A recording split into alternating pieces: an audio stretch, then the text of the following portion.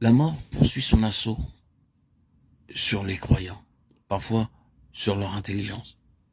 Il y a un assombrissement, un engourdissement ou quelque chose comme une paralysie de l'intelligence.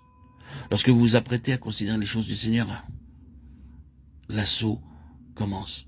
À d'autres moments, vous pouvez être parfaitement éveillé et libre, et votre intelligence peut connaître un léger trouble, alors que vous travaillez à des choses ordinaires. Mais dès que vous venez à des choses spirituelles, aux choses de Dieu, vous découvrez que votre intelligence devient enténébrée. Vous trouvez qu'elle ne fonctionne pas, qu'elle est paralysée, qu'elle est gagnée par une obscurité et une emprise de mort. L'ennemi fait des assauts sur notre intelligence. Il n'y a aucun doute à ce sujet. Il attaque notre âme. Pas seulement le côté intellectuel, mais de tous côtés. L'ennemi fait une attaque sur le côté émotionnel pour l'assécher et figer nos sentiments, de sorte que nous sommes totalement incapables de donner une réponse et d'exercer quelques espèces de fonctions du cœur en relation avec le Seigneur. La même chose est vraie dans le domaine de la volonté. Il y a des moments où il semble que nous ne pouvons prendre aucune décision, que nous ne pouvons vouloir dans le sens du Seigneur. La volonté est l'objet d'un assaut de cette nature. La mort fond sur nous en chacune de ces sphères.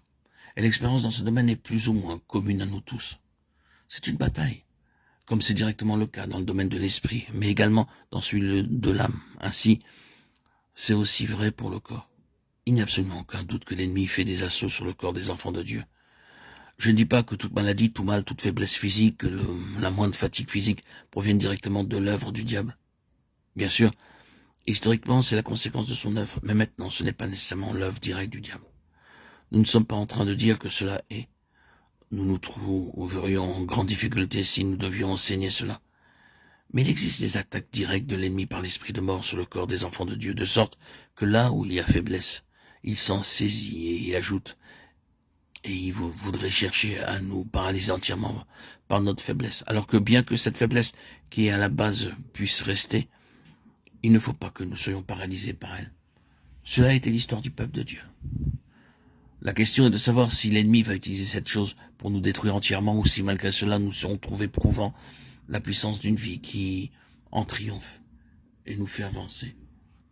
L'apôtre Paul vient toujours à notre secours dans ce domaine.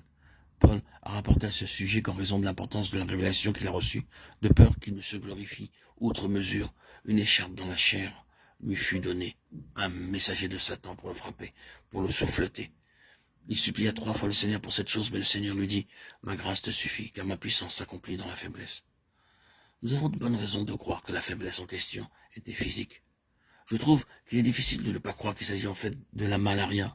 Il y a bien des raisons, je pense, pourquoi il s'agit de cette maladie. Les voyages de Paul concernaient souvent des régions infestées de moustiques, alors qu'il était démuni de tout moyen moderne permettant de surmonter cette maladie. Et quand vous vous souvenez que cette maladie affectait ses yeux, quiconque sachant quelque chose de cette maladie a connaissance de ces douleurs aiguës parcourant les yeux, qui finalement affectent l'organe de la vue. Ce sont autant d'indications qui incitent à penser à la malaria. Nous n'argumentons pas que cela a été ainsi, mais nous trouvons difficile de croire autre chose que cela. Mais quoi qu'il en soit, c'était quelque chose qui de temps à autre saisissait Paul et désespérait de la vie. Et il semble qu'il ne savait jamais quand cette chose allait s'abattre sur lui. Son écharde, c'est sûr, était une faiblesse physique, et elle est appelée un messager de Satan. L'objectif de tout cela du côté de l'ennemi était une œuvre de mort. En relation avec cela, Paul parle de mort agissant dans sa chair mortelle. Tout était dans la direction de la mort, encore et toujours. Il faisait face et combattait la mort tout le temps. Et le cours de la vie de cet homme est celui d'un triomphe constant sur cette mort et sur Satan. Il est manifeste que la puissance de la mort nous assaille et que le Seigneur n'empêche pas tout le temps le diable d'attaquer notre corps. Mais cela ne signifie pas que le Seigneur a comme intention pour nous la mort.